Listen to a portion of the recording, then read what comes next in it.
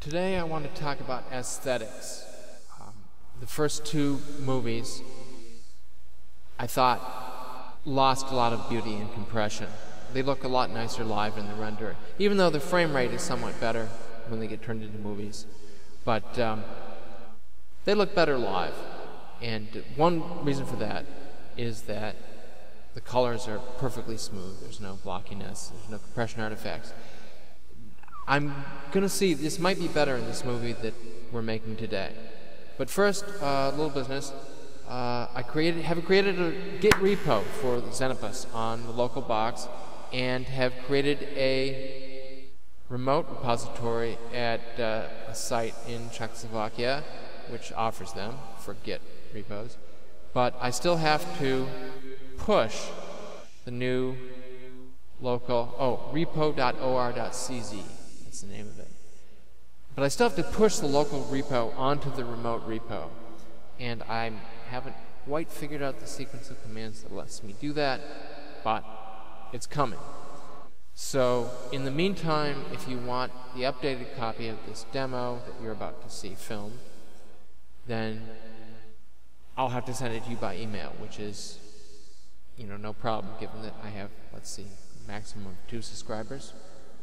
Let me say, though, that we at Xenopus are very pleased. First we had 1 subscriber, and then we had 2, and to our minds, that's exponential. It can only go up. All right, today we're going to see trails of voxel rasterized normal shaded yellow spheres.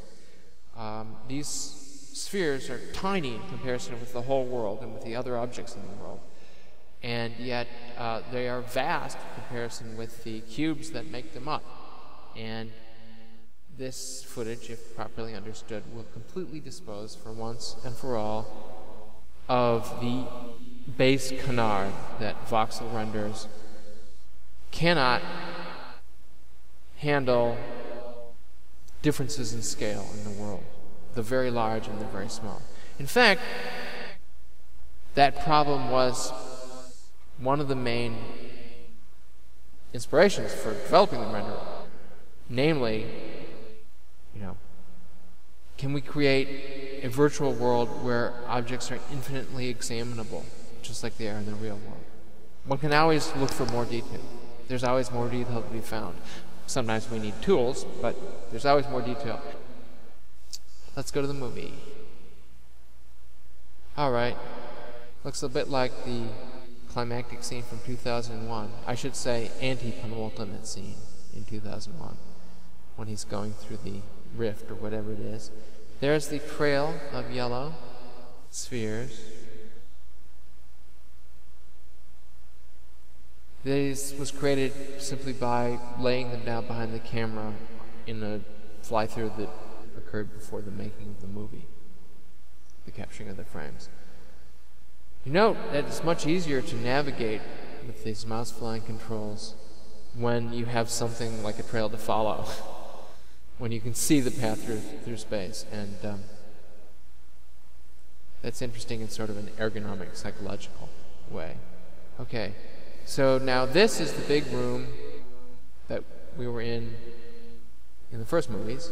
Looks a little different now. And that red mist is the whole world that we were just in outside, but a small copy of it. It didn't look red outside because there was no white behind it to see it against. And we're coming up on the SERP. And when we get close in, you'll see some blockiness. And that blockiness is not because of a limitation in the object that we're rendering. It's simply because of floating points hitting their, I think it's because of floating point hitting its limit. And so if we use doubles instead of reals, which we can do easily, that wouldn't happen. Now, there's some mirror spheres in here too. I included this SERP mirror stuff for Z303, who apparently likes that sort of thing. But then, we all know New Zealanders. And so our trip to the magical world of voxels ends, and we return to our workaday lives, refreshed and educated.